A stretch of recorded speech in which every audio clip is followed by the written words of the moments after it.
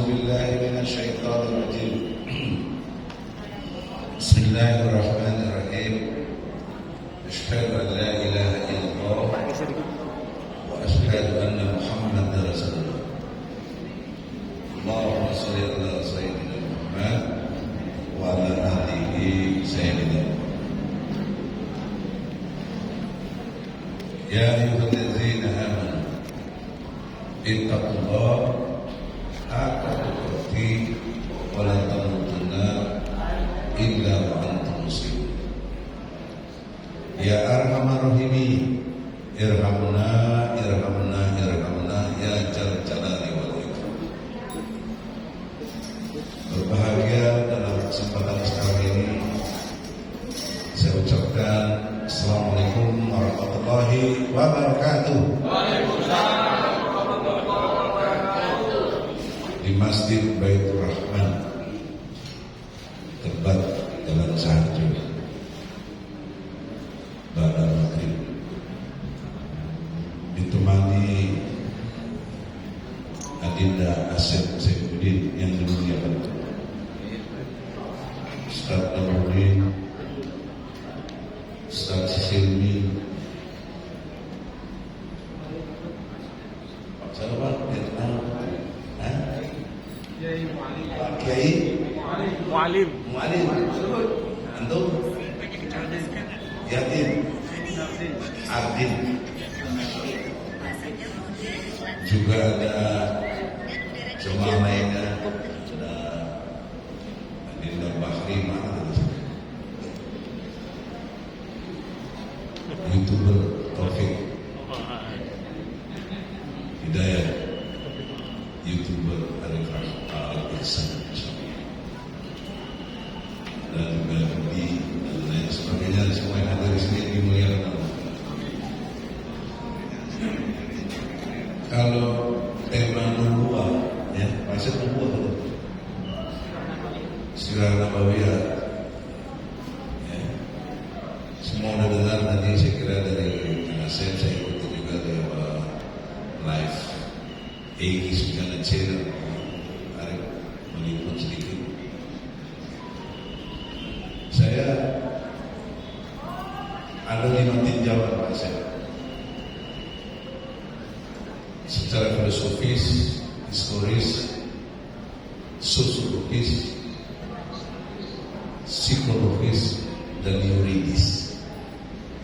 Jadi membahas nubuah itu dalam 5 elemen keilmuan yang mesti kita miliki, minimal prinsip-prinsipnya. Dasar saya demikian, perintah Allah surat Al-Hajj, Namuddin bisa lihat surat ke-22 ayat 3 dan ayat 8. Banyak orang yang membantah tentang Allah, banyak orang yang tidak beriman kepada Allah, implisit kepada Rasul, karena tanpa ilmu. Yang kedua, tanpa petunjuk. Yang ketiga, tanpa kitab. Kita melihat dalam sejarah, ya, ini tinjauan historis, itu Al-Quran sudah amat sangat sempurna menceritakan sejarah. Hanya cukup 1 kalimat ayat dalam surat Al-Fatihah, ihdinas siratal mustaqim siratal ladzina an'amta alaihim ghairil maghdubi alaihim waladdallin. Tunjukilah kami jalan yang lurus. Yang mana yang lurus itu? Yang lurus itu adalah jalan orang-orang terdahulu sebelum kamu yang aku beri nikmat. Bukan ghairil maghdubi alaihim, bukan jalan orang-orang yang Allah murkai, lagi sesat. Jadi platform berpikir kita sudah diarahkan kepada satu kondisi historis. Lihatlah sebelum kamu di sini Muhammad. Ya, sebelum Muhammad siapa? Nabi Isa, Nabi Musa, Nabi Yakub. Kemudian sebelumnya sesudahnya itu Nabi Yusuf, sampai ke Ibrahim, Ibrahim sampai ke Idris, Nuh, sampai ke Nabi Adam. Lihatlah rentetan sejarah itu. Perhatikan behavior mereka. Ini masuk ilmu sosiologi di sini. Ya. Jadi jangan berkelim dan kelima ilmu yang tadi saya maksud.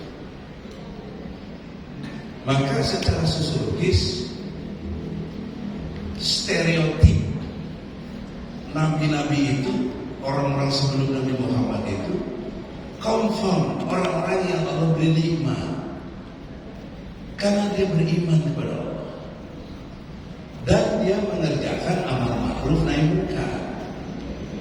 Digambarkan dalam surat Ali Imran ayat 102. Tadi saya sudah baca sebagai pengantar. 104-nya membentuk satu komunitas. Nah, kita nanti insya Allah dengan bahasa bikin sofan muslimin, barisan muslimin, insya Allah. Presidennya Asep Saifuddin, saya pembinaannya kalau diizinkan. Karena mengganti semuanya orang-orang terdahulu sebelum kita ini dalam gerakan-gerakan ini banyak masalah.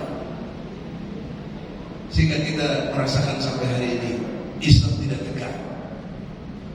Bayangkan, udah jutaan orang di depan masa, di depan istana, gak mampu menggoyahkan kekuasaan yang ada. Ada apa? Sulit dibayangkan secara ilmu sosiologi. Orang sudah begitu banyak berkumpul depan istana, meneot juga begini. Udah ada si fulan jadwal, meneot juga. Bahkan sudah ada yang dibunuh, nggak ada keamanan juga.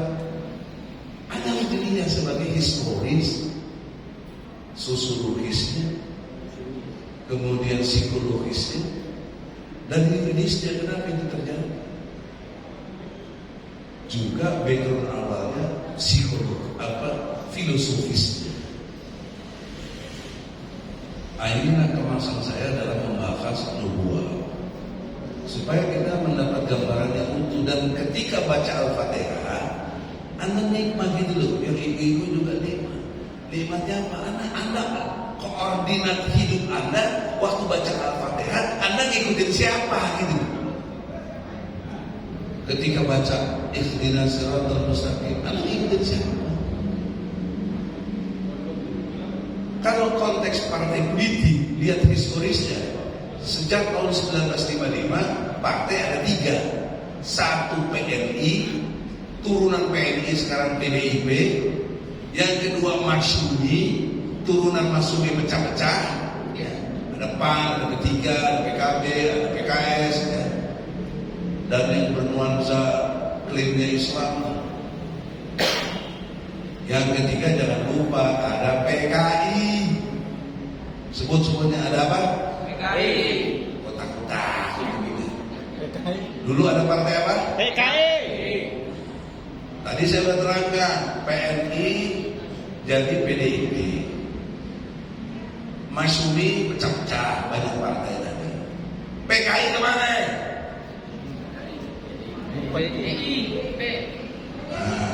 PKI kemana? Ibu-ibu, Bu. Ini kalau tauhidnya lemah, kelu lidahnya nggak berani. Itu. Padahal jelas-jelas fakta menjelaskan, data menjelaskan, setidaknya melalui cipta dan kaning saja.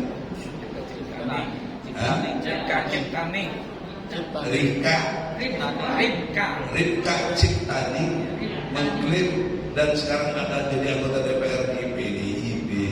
Sudah ada kurang lebih 15 sampai 20 juta kader PKI. Betul ini senior kita betul kan? Artinya apa saudara-saudara? Saya tidak provokasi, saya intelektual, saya ilmuwan, saya dokter, mengerti persoalan-persoalan kehidupan ini. Dia tidak asal sembarang, by data. Oleh karena itu, ketika membaca Al-Fatihah, Anda harus ingat koordinat hidup Anda ngikutin siapa. Anda lihat tetangga, Anda lihat saudara, Anda lihat masyarakat. Kalau ada kiai-kiai yang ikut ke partai yang jelas-jelas ada PKI di situ, itu dipertanyakan keislamannya bagaimana gitu. Harus begitu. PDIP nggak boleh tersinggung nih bicara kajian historis, betul nggak? Fakta. Mobil Karya B 2217 menghalangi ada mobil yang keluar. Selama kita diintervensi loh. Jadi on the track sejarah, analisis kita surat Al-Fatihah pasti nggak keliru. Hebat Allah. Kita disuruh mikir, kamu ikutin siapa? Kamu lihat orang-orang yang aku beri nikmat itu siapa? Kamu lihat orang-orang yang aku murka itu siapa? Sejak awal adanya manusia, Nabi Adam punya anak Habil dan Qabil. Siapa yang brengsek? Siapa yang beriman? Habil atau Qabil? Qabil, semua orang tahu. Nah, keturunan-keturunannya juga demikian. Jadi saya tidak provokasi gitu. Oleh karena itu, dalam situasi kekinian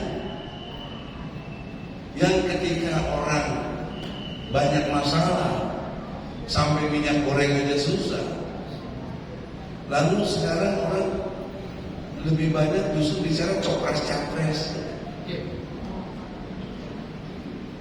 Yang dicapreskan GR-GR aja, nggak merasa bersalah. Padahal kebijakannya itu membuat banyak orang kufur, membuat orang banyak jauh dari Allah. Apa ukuran saya? Hadis Nabi bahwa kemiskinan menimbulkan kekufuran, betul tidak? Nah, kenapa rakyat miskin? Secara ilmu ekonomi namanya kemiskinan struktural. Jadi orang miskin dikarenakan struktur kekuasaan. Gitu. Contohnya, struktur kekuasaan di Indonesia tertinggi atau orang nomor satu namanya presiden, yang berhak membuat hukum bersama siapa? DPR RI. Itu ada di pasal 5 ayat 1 Undang-Undang Dasar 45. Presiden memegang kekuasaan tertinggi dalam membentuk undang-undang dengan persetujuan Dewan Perwakilan Rakyat. Jadi di negeri kita ini yang berwenang membuat hukum, menegakkan hukum namanya Presiden dan DPR. DPR punya kekuasaan menganggarkan, namanya budgeting. Jadi budgeting anggaran-anggaran belanja negara ini DPR. Presiden mau apa? Mau ini, DPR yang menganggarkan. Gitu. Jadi dengan struktur kekuasaan ini, bagaimana menimbulkan kemiskinan? Nah, ada pasal 33 ayat 3. Bu, pasal 33 ayat 3 apa? Bumi, air, dan segala kekayaan alam yang terkandung di dalamnya dikuasai oleh negara dan diperuntukkan untuk semakmur-makmurnya. Semua orang tahu, ada itu Undang-Undang Dasar 45. Yang nggak tahu dia nggak tahu. Pertanyaan seriusnya, sejak tahun 1962 satu jenis sumber daya alam namanya emas. Berapa harga emas 1 gram? Halo, Bu. Berapa 1 gram? Wah, ini jangan beli emas nih. 1 juta. Kurang lebih antara 100 fluktuasinya 1 juta. Coba lihat di Antamnya. 1 gram 1 juta. 1 ton berapa gram? 1 juta gram. 1 juta kali 1 juta 1 triliun. Gimana ini pantesan korupsi. 1 triliun 1 ton itu kalau memasak 1 juta. Pertanyaan serius, berapa juta ton kita punya emas? Di Freeport, di Newmont, di Ponggol, di Banyuwangi, di Trenggalek, di seputar Sulawesi, di seputar Kalimantan yang belum banyak tereksplor, jutaan ton. Minimal yang sudah dieksplor kita lihat semuanya di Freeport, di Newmont, ya, di NTB. Dikuasai siapa? Apakah dikuasai negara? Dikuasai siapa?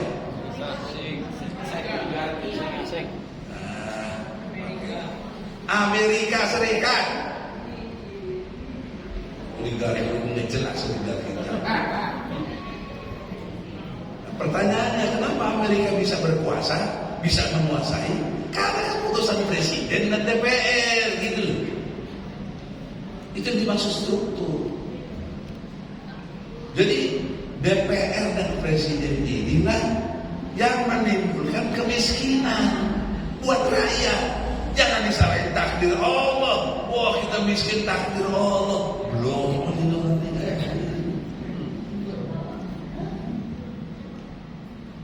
tidak bermaksud saya merasa besar benar. Tapi saya ilmu saya doktor bidang pengelolaan sumber daya alam dan lingkungan. Saya lulusan IPB tahun 2024.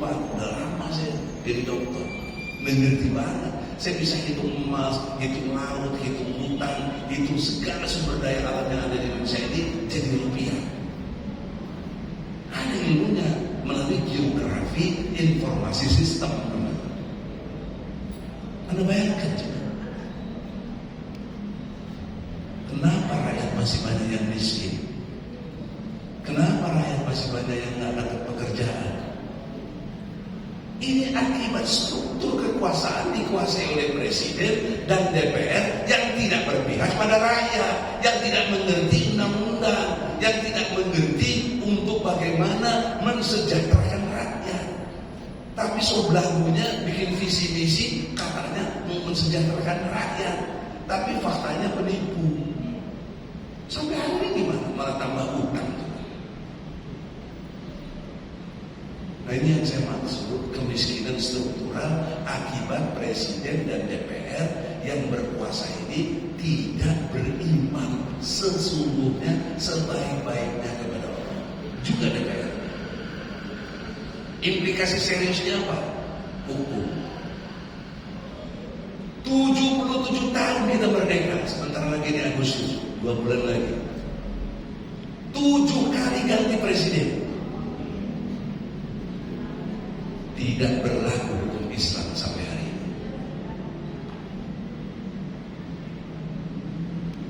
Sementara dikontradiktifkan dengan perintah Allah, ya ayyuhalladzina amanu. Tiap Jumat tuh diingatkan oleh khotib.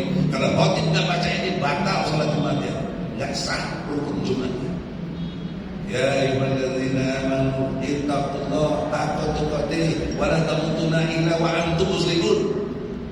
Orang beriman, takwalah kepada Allah dan jangan kamu mati melainkan dalam keadaan takwa, dalam keadaan berserah diri kepada Allah. Totalitas diatur oleh hukum-hukum Allah. Yang tidak mau dengan hukum Allah, kafir, zolim, fasik. Al-Maidah ayat 44, 45 dan 47 bisa dilihat. Yang tidak berhukum dengan hukum Allah, mereka adalah orang kafir, orang-orang zolim, dan orang-orang yang fasik.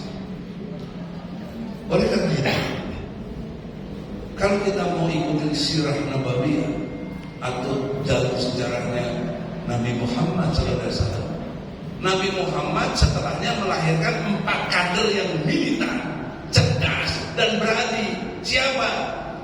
Abu Bakar, Umar, Utsman, Ali. Ini lahir sejarah. Jadi khulafaur rasyidin yang harus diacu, yang harus jadi petunjuk, yang harus jadi referensi. Dan mereka mengikuti sunnah Rasul bertahan sampai 1300 tahun kurang lebih. Mulai hancur di Turki Utsmani 1924.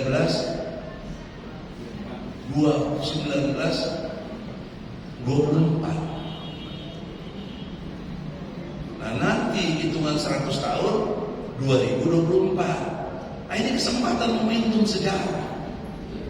Apakah kita masuk generasi yang ancur-ancuran juga, yang tidak bisa bangkit tegaknya agama Allah?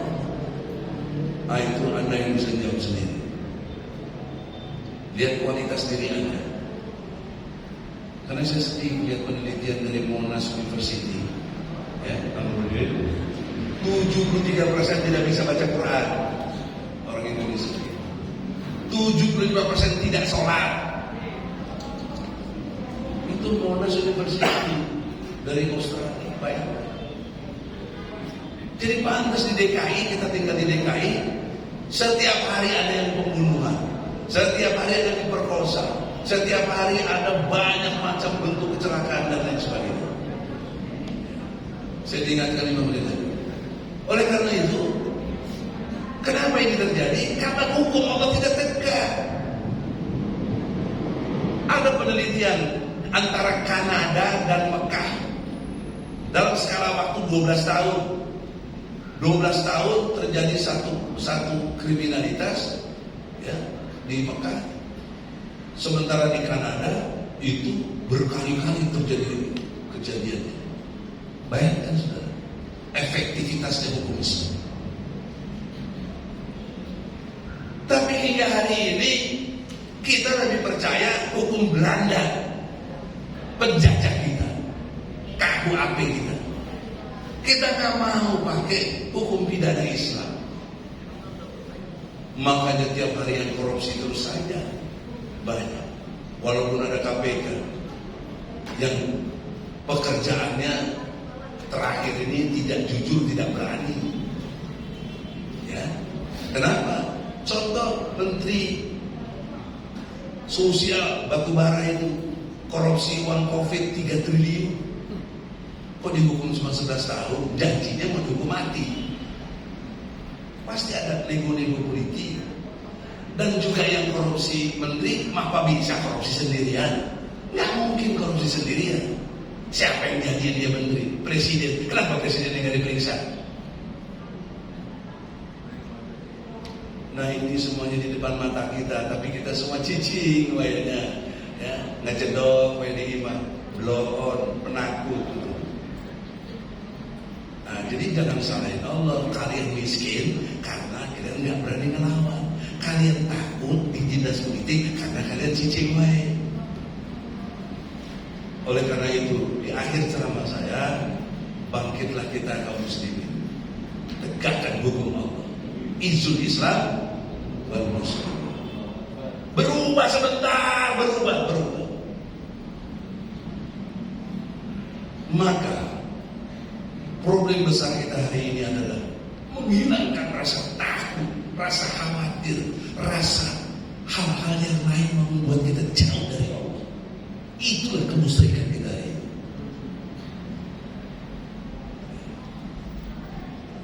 Tidak bermaksud saya menghina siapapun, tapi ukurannya di kebijakan tadi. Nah, udah 2 periode Jokowi, bagaimana kebijakannya? Apa menguntungkan kita umat Islam?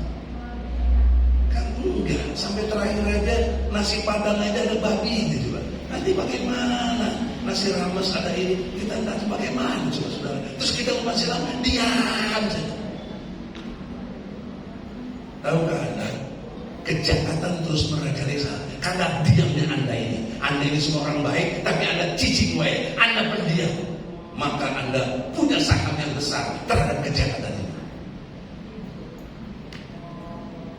Oleh karena itu, bangkitlah untuk tunduk patuh, takut hanya kepada Allah. Allahu Akbar. Allahu Akbar. Artinya apa tadi? Presiden, gubernur, menteri, DPR, diri kita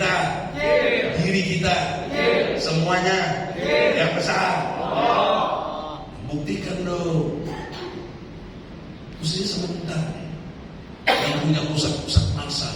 Misalnya buat 1-2 punya pusat massa, klaimnya sampai 7 juta, 13 juta. Mana orang itu? Itu perusahaan saya tidak menyinggung siapa. Saya belum punya masa yang banyak, yang ada Masya Allah. Paling HMI, MI juga MBO, PPMI,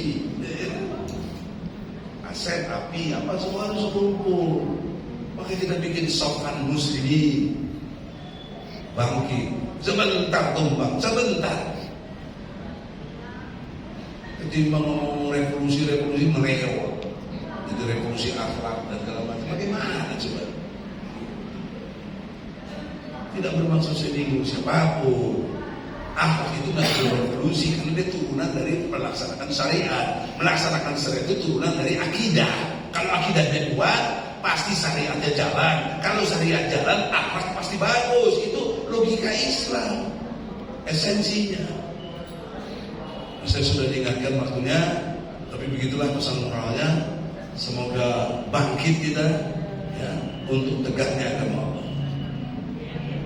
Kita istighfar semuanya. Astagfirullahaladzim, astagfirullahaladzim, astagfirullahaladzim. Kita komit kepada Allah dan istiqomah. Asyhadu an la ilaha illallah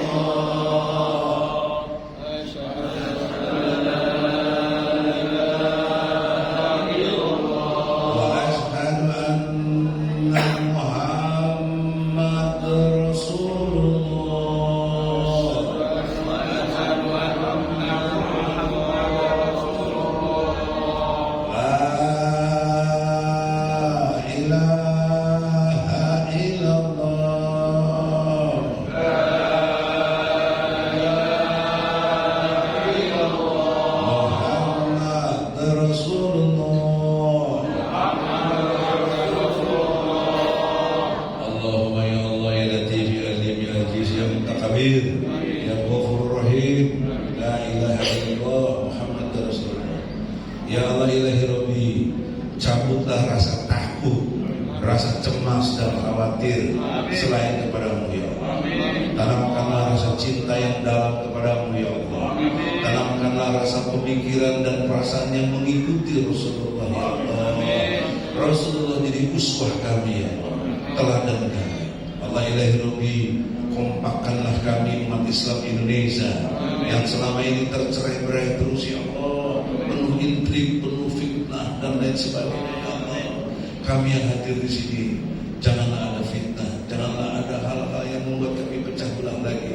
Kami tinggal sedikit ya Allah, bagaimana kami bisa menang sementara mereka begitu berjaya dengan segala kebanggaan-kebanggaannya. Allahumma ya Allah, Engkau yang berkuasa memberikan kekuasaan. Qulillahumma malikal mulki tu'til mulka man tasha. Kau cabutlah kekuasaan dari penguasa yang ada sekarang ya Allah, karena mereka zalim, mereka jahat, mereka tidak menegakkan hukum-hukum. Cabutlah kekuasaan mereka ya Allah, ganti dengan orang-orang yang takwa. Sila kami dipimpin ke jalan takwa. Allahumma ya Allah, akhir hidup kami semua akan meninggal ya Allah. Jangan kau cabut nyawa kami dalam keadaan munafik, fasik, zalim, musyrik, kafir. Cabutlah nyawa kami dalam keadaan iman, Islam dan ihsan. Bahkan kami ingin mati syahid menegakkan agama-Mu ya Allah. Rabbana la tuzigh qulubana ba'da idh hadaitana wa hab lana min ladunka rahmah innaka antal wahhab. Rabbana atmim lana nurana waghfir lana innaka ala kulli syai'in qadir.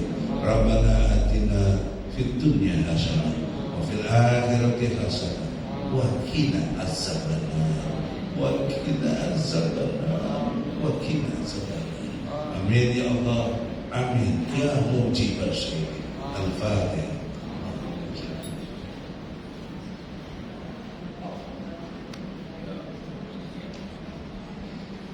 Baiklah saudara, semoga ada manfaatnya. Assalamualaikum warahmatullahi wabarakatuh. Terima kasih kepada guru kita memberikan wawasan. Jangan paling dulu sambil bisa akan ada kajian dari Masjid Baitur Rahman.